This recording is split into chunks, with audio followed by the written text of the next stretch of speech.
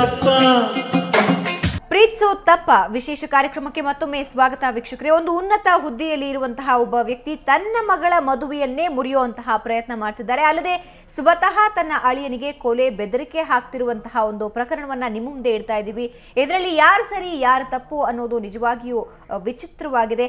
ಮಗಳ ಮದುವೆಯನ್ನೇ ಮುರಿಯೋ ಪ್ರಯತ್ನ ಮಾಡ್ತಿದ್ದಾರೆ, ಜೊತೆಗೆ ದುಡ್ಡಿನ ಆಸೆ ಕೂಡ ತೋರಿಸ್ತಾ ಇದ್ದಾರೆ. ಇದ್ರ ಬಗ್ಗೆ ಇನ್ನಷ್ಟು ಮಾಹಿತಿಯನ್ನ ಅರ್ಜುನಿಂದಲೇ ತಿಳ್ಕೊಳ್ಳೋಣ. ಸೊ ಅರ್ಜುನ್, ರಿಜಿಸ್ಟರ್ ಆಫೀಸಲ್ಲಿ ಒಂದು ದೊಡ್ಡ ಹರಸಾಹಸ ಪಟ್ಟು ಬಂದ್ರಿ. ಸಾಹಸ ಅಂದರೆ ಅವತ್ತು ನನ್ನ ಜೀವನದಲ್ಲಿ ಒಂದು ಗಂಡಾಂತರನೇ ಅಂತ ಅಂದ್ಕೊಳ್ತೀನಿ. ಇನ್ನೊಂದು ಹೇಳ್ಬೇಕಂದ್ರೆ ಇವಳಿಗೆ ಫಸ್ಟ್ ಪ್ರಪೋಸ್ ಮಾಡಿದ್ದು ನಾನೇ. ಸೊ ಪ್ರಪೋಸ್ ಮಾಡಿದ್ದು ಆದರೂ ಕೂಡ 1.5 ಇಯರ್ ಇವಳು ಫೇಸ್ ನಂಗೆ ಕರೆಕ್ಟಾಗಿ ನೋಡಿರಲಿಲ್ಲ, ಇವಳನ್ನ ನೋಡಿರಲಿಲ್ಲ, ಕ್ಲಿಯರಾಗಿ ನೋಡಿರಲಿಲ್ಲ. ಸುಮ್ಮನೆ ನೋಡಿದ್ದೆ, ಇವಳು ಬಂದು ಸುಮ್ಮನೆ ತಲೆ ತಗ್ಸಿದ್ದೆ. ಯಾವತ್ತೂ ಎದುರಿಗೆ ನೋಡಿರಲಿಲ್ಲ ಇವಳಿಗೆ. ಅಂದರೆ ತುಂಬಾ ಹೆದರ್ತಾ ಇದ್ದೆ ನಾನು ಇವಳಿಗೆ. ಹೆದರ್ತಾ ಇದ್ದಲ್ಲ ಅನ್ನೋದಕ್ಕಿಂತ ತುಂಬ ರೆಸ್ಪೆಕ್ಟ್ ಕೊಡ್ತಾ ಇದ್ದೆ.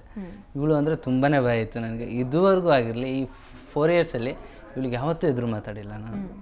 ಇದುವರೆಗೂ ಯಾವತ್ತೂ ಎದುರು ಮಾತಾಡಿಲ್ಲ.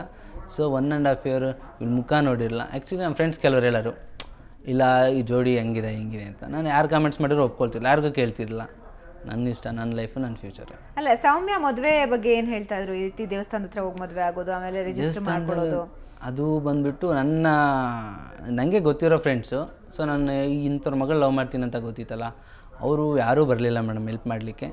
ರಿಜಿಸ್ಟರ್ ಆಗಿಲ್ಲ, ನನ್ನ ಸರ್ಟಿಫಿಕೇಟ್ ಲೀಗಲಿ ನನ್ನ ಹತ್ರ ಇಲ್ಲ ಅಂದಿದ್ರು. ಇವತ್ತು ನನ್ನ ಚಾನಲ್ಲಿ ಬರೋದಕ್ಕೂ ಆಗ್ತಿರಲಿಲ್ಲ, ಮತ್ತು ನಾನು ಏನು ಮಾಡಿದ್ರು ಕೇಳೋರು ಇರಲಿಲ್ಲ ಅಂತ ನನ್ನ ಅನಿಸಿಕೆ. ಸೊ ರಿಜಿಸ್ಟರ್ ಆಗಿಲ್ಲ, ಲೀಗಲಿ ಈಗ ಇರೋದ್ರಿಂದ ಸ್ವಲ್ಪ ಅವಾಯ್ಡ್ ಮಾಡ್ತಿದ್ದಾರೆ ಗೊತ್ತಿರೋ ಜನರು ಹೊರಗಡೆ ಎಲ್ಲ. ಸೊ ಇದರಲ್ಲಿ ಇನ್ನೊಂದು ರೀತಿಲಿ ಹೇಳ್ಬೇಕಂದ್ರೆ ಅವಳು ಹೇಳೋ ಪ್ರಕಾರ ನಮ್ಮ ಮಾವ ಬಂದುಬಿಟ್ಟು ತುಂಬ ಒಳ್ಳೆಯವರು, ತುಂಬ ಸಾಫ್ಟು, ತುಂಬ ಸೊ ಅವರು ತುಂಬ ಸ್ಮೂತ್ ಮನುಷ್ಯ. ಅವರ ಅಕ್ಕಪಕ್ಕ ಜನ ಇರೋರೆಲ್ಲ ಕೆಲವರು. ಸೊ ಅವರ ಒಂದು ಇದರಿಂದ ನನಗೆ ಇಷ್ಟೆಲ್ಲ ಕಾಲ್ಗಳು ಬಂದಿದ್ದು, ಇಷ್ಟೆಲ್ಲ ಬೆದರಿಕೆ ಬಂದಿದ್ದು. ಸೊ ನಮ್ಮ ಮನೆಗೆಲ್ಲ ಹೋಗ್ಬಿಟ್ಟು ಚೆಕ್ ಮಾಡ್ಕೊಂಬರೋದು, ನಮ್ಮ ಮನೆಗೆ ನುಗ್ಗಿ ನೋಡ್ಕೊಂಬರೋದು, ನನಗೆ ಅವ್ರು ಫೋನ್ ಮಾಡಿ ಹೇಳೋದು, ಇಲ್ಲಿ ಇನ್ನೂ ಭಯ ಆಗೋದು. ಸೊ ಹಿಂಗಾಗಿ ಓಕೆ, ಅವ್ರ ತಂದೆ ಸಾಫ್ಟ್ ನೇಚರ್ಡ್ ಅಂತ ಹೇಳಿದ್ರಿ.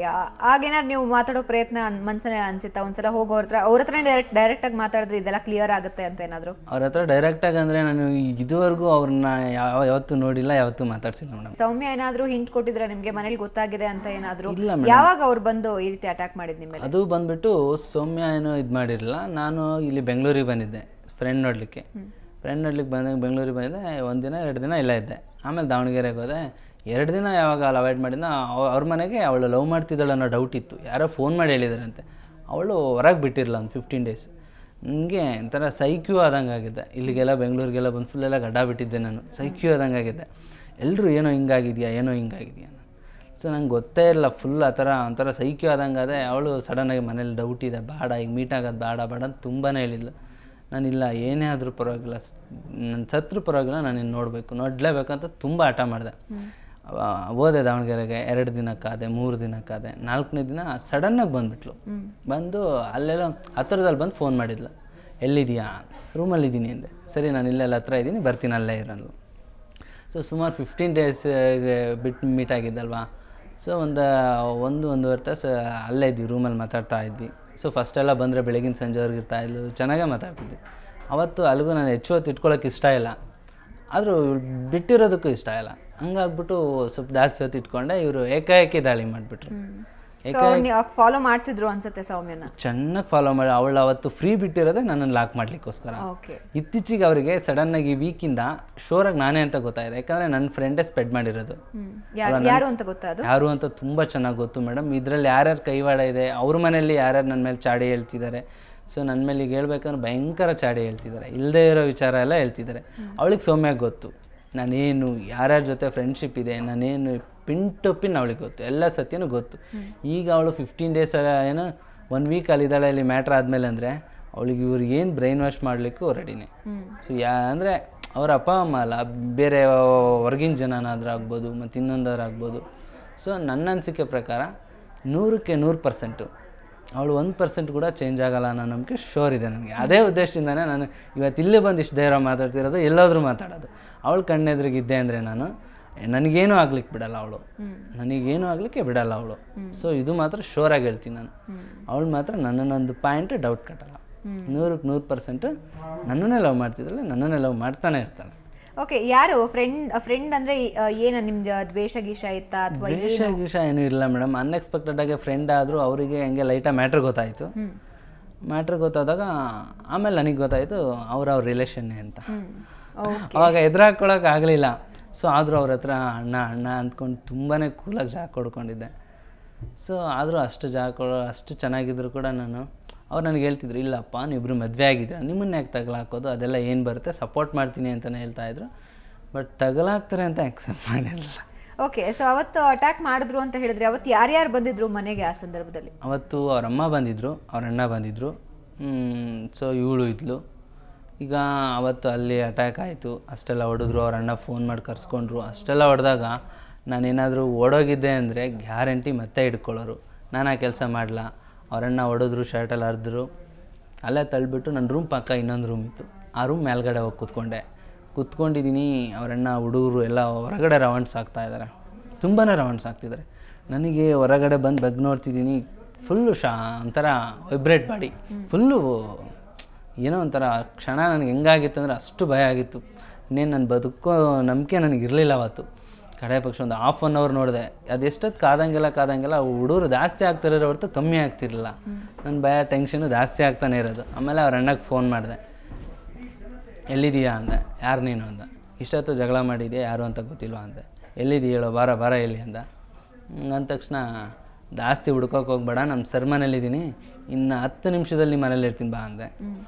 ನೀನು ಕಣ್ಣೆದ್ರಿಗೆ ಬಾರ ಅಂದ. ಅಲ್ಲೇ ಎದ್ರುಕೊಂಡು ಎಲ್ಲೂ ಹೋಗಿಲ್ಲ, ಇನ್ನು 10 ನಿಮಿಷದಲ್ಲಿ ನಿನ್ನ ಮನೇಲಿ ಇರ್ತೀನಿ, ಬಾ ನೀನು ನೋಡ್ಕೊಳ್ಳೋಣ ಬಾ ನಾನು ಅಂದೆ. ಅವ್ನು ನಂಗೆ ರೈಸ್ ಮಾಡಿದ ತಕ್ಷಣ ಸಡನ್ನಾಗಿ ಅವ್ರ ಮನೆಗೆ ಹೋಗ್ಬಿಟ್ಟು ಅಲ್ಲಿ ಫ್ರೀ ಆಗಿಬಿಡ್ತು. ಸೊ ನನ್ನ ಫ್ರೆಂಡಿಗೆ ಫೋನ್ ಮಾಡಿದೆ, ಗಾಡಿ ಬಂದು ನಿಂತಿತ್ತು. ಆ ಗಾಡೀಲಿ ಹತ್ಕೊಂಡು. ಸೊ ಅದಾದ ನಂತರ ಕಂಪ್ಲೇಂಟ್ ಏನಾದರೂ ಕೊಡೋಕ್ಕೆ ಹೋಗಿದ್ರಾ ಅಥವಾ ಅದಾದಮೇಲೆ ನೀವು ಎಲ್ಲಿ ಫ್ಯಾಮಿಲಿ ಮೀಟ್ ಮಾಡಿದ್ರಾ, ಏನಾದರೂ ಕ್ರಮ ಏನಾದ್ರು ತಗೊಳ್ಳೋ ಪ್ರಯತ್ನ ಮಾಡಿದ್ರಾ? ಅದಾದಮೇಲೆ ನಮ್ಮ ಫ್ಯಾಮಿಲಿಯಿಂದ ಹೋಗಿದ್ದಾರೆ. ಸೊ ನಮ್ಮ ಮಗ ಕಾಣ್ತಾ ಇಲ್ಲ, ಹಿಂಗೆ ಅಲ್ಲೆಲ್ಲ ಅಕ್ಕಪಕ್ಕದವ್ರು ಹೇಳಿದ್ದಾರೆ, ನಮ್ಮ ಮಗ ಕಾಣ್ತಾ ಇಲ್ಲ, ಹಿಂಗೆ ನೀವು ಕಿಡ್ನಾಪ್ ಮಾಡಿದ್ದೀರಂತೆ ಅಂತ. ಫಸ್ಟ್ ಆಯ್ತು, ನಮ್ಮ ಹತ್ರನೇ ಇದ್ದಾನೆ, ಸಂಜೆ ವರ್ಷಕ್ಕೆ ಕಳಿಸ್ತೀನಿ ಅಂದಿದ್ದಾರೆ. ಆಮೇಲೆ ಮತ್ತೆ ಫೋನ್ ಮಾಡಿದಾಗ ಹಂಗೆ ಅವಾಗ ಕಳಿಸ್ತೀನಿ ಅಂದು ನಾನು ಹೊರಗಡೆ ಸುತ್ತಾ ಇದ್ದೆ. ಸೊ ಒಂದು ಪ್ಲೇಸಲ್ಲಿ ಅಂತ ಇರ್ತಾ ಇರಲಿಲ್ಲ. ಮೇನು ಇಲ್ಲಿಗೆ ಬರ್ಬೇಕನ್ನೋದು ನನ್ನ ಐಡಿಯಾ ಇತ್ತು. ಸೊ ಸುತ್ತಾ ಇದ್ದೆ. ನಮ್ಮ ಮನೆಗೆ ಫೋನ್ ಮಾಡಿ ಆಗಿಂದಾಗಲೇ ವಿಷಯ ತಿಳ್ಕೊಳ್ತಾ ಇದ್ದೆ. ಸೊ ಆಮೇಲೆ ನಮ್ಮ ಅಣ್ಣರನ್ನೆಲ್ಲ ಕರೆಸಿ ಅವರಿಗೆಲ್ಲ ಹೇಳಿದ್ರಂತೆ, ನೋಡಿರಿ ಇದೆಲ್ಲ ಸರಿ ಇರಲ್ಲ. ಸೊ ಬೇಕಾದ್ರೆ ನಿಮ್ಮ ಲೈಫು ಸೆಟ್ಲ್ ಮಾಡ್ತೀವಿ, ಅವ್ನ ಲೈಫು ಸೆಟ್ಲ್ ಮಾಡ್ತೀವಿ, ಫ್ಯಾಮಿಲಿನ ಸೆಟ್ಲ್ ಮಾಡ್ತೀವಿ, ಬೇಡ ಬಿಟ್ಬಿಡಿ ಅಂತಂದೇಳಿ ಹಿಂಗೆ ಏನಾನ ಹೇಳ್ತಾ ಇದ್ರಂತೆ. ಸೊ ನಾನು ಹೇಳ್ತಿದ್ದೆ, ಇಲ್ಲ ನಾನು ಹೆಂಗಿದ್ರು ಈಗ ಬಂದಿದ್ದೀನಿ, ಇಲ್ಲಿಂದ ಹಿಂಗೆ ಸತ್ರು ಪರವಾಗಿಲ್ಲ. ನನ್ನ ಅಪ್ಪಾಜಿನ ಹೇಳಿದ್ರು, ನೋಡಿದೆಲ್ಲ ಬೇಡ ಅಂತೇಳಿ. ಇಲ್ಲ ನಾನು ಕೇಳಲಿಲ್ಲ. ಇಲ್ಲ ನಾನು ಇಲ್ಲಿಂದ ಇಲ್ಲೇ ಸತ್ರು ಪರವಾಗಿಲ್ಲ, ಅವಳಿಗೆ ಮುಂಚೆನೇ ಹೇಳಿದ್ದೀನಿ ನಾನು, ಸತ್ರು ನಿನಗೋಸ್ಕರನೇ ಅಂತ. ಓಕೆ, ನಾನು ಹೇಳಿದ್ದು ನಿಜನೇ ಆಗಲಿ, ಸತ್ರು ಓಕೆನೇ, ಬಟ್ ಅವಳು ಬಿಟ್ಟು ಬದುಕೋಲ್ಲ. ನನಗೆ ಬೇಕಂದ್ರೆ ಅವಳು ಬೇಕು, ಇಲ್ಲಾಂದರೆ ಇಲ್ಲ. ನನ್ನ ಹತ್ರ ಲೀಗಲಿ ಪ್ರೂಫ್ ಇದೆ, ಅವಳಿದ್ದಾಳೆ ನನ್ನ ಕಡೆ.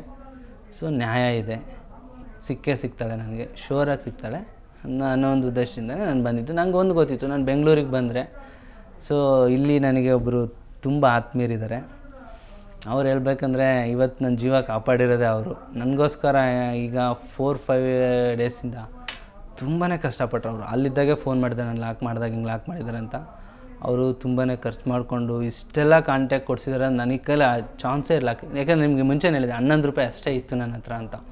ಇಲ್ಲಿಗೆಲ್ಲ ಬಂದಮೇಲೆ ತುಂಬಾ ಕಾಂಟ್ಯಾಕ್ಟ್ ಕೊಡಿಸಿ ತುಂಬಾ ಇದು ಮಾಡಿ ಸೊ ತುಂಬಾ ಸಪೋರ್ಟ್ ಕೊಟ್ಟರು ನನ್ನ ಫ್ರೆಂಡ್ ಒಬ್ಬರು. ಅವ್ರು ನನಗೆ ಕೇಳಿದ್ದು ಒಂದು ಇಷ್ಟೆಲ್ಲ ಸಪೋರ್ಟ್ ಕೊಟ್ಟಿದ್ದಕ್ಕೆ ನನ್ನ ಹೆಸರು ಎಲ್ಲೂ ಹೊರಗೆ ಬಿಡಬೇಡ ಅಂತ. ಸೊ ಈ ಮುಖಾಂತರ ನಾನು ಅವರಿಗೂ ಕೇಳ್ಕೊಳ್ತೀನಿ, ಮನಸ್ಫೂರ್ತಿಯಾಗಿ ಧನ್ಯವಾದಗಳನ್ನು ಕೇಳ್ಕೊಳ್ತೀನಿ ಅವ್ರಿಗೆ. ಓಕೆ, ಸೊ ನಿಮ್ಮ ಜೊತೆ ಇನ್ನಷ್ಟು ಮಾತಾಡ್ತೀನಿ. ವೀಕ್ಷಕರೇ, ಚರ್ಚೆ ಮುಂದುವರಿಯುತ್ತೆ. ತಂದೆಯೊಬ್ಬರು ತಮ್ಮ ಮಗಳ ಭವಿಷ್ಯದಲ್ಲಿ ತೆಗೆದುಕೊಳ್ಳುವಂತಹ ನಿರ್ಧಾರ ಈ ಲೆವೆಲ್ಗೆ ಇರುತ್ತಾ? ನಿಜವಾಗಿಯೂ ಈ ಪ್ರಶ್ನೆಗೆ ಬಹುಶಃ ಮುತ್ತಯ್ಯ ಅವರ ಫ್ಯಾಮಿಲಿನೇ ಉತ್ತರಿಸಬೇಕಾಗುತ್ತೆ. ಇದ್ರ ಬಗ್ಗೆ ಇನ್ನಷ್ಟು ಮಾಹಿತಿ ಇದೆ, ಅದಕ್ಕೂ ಮುಂಚೆ ಒಂದು ಸಣ್ಣ ವಿರಾಮ.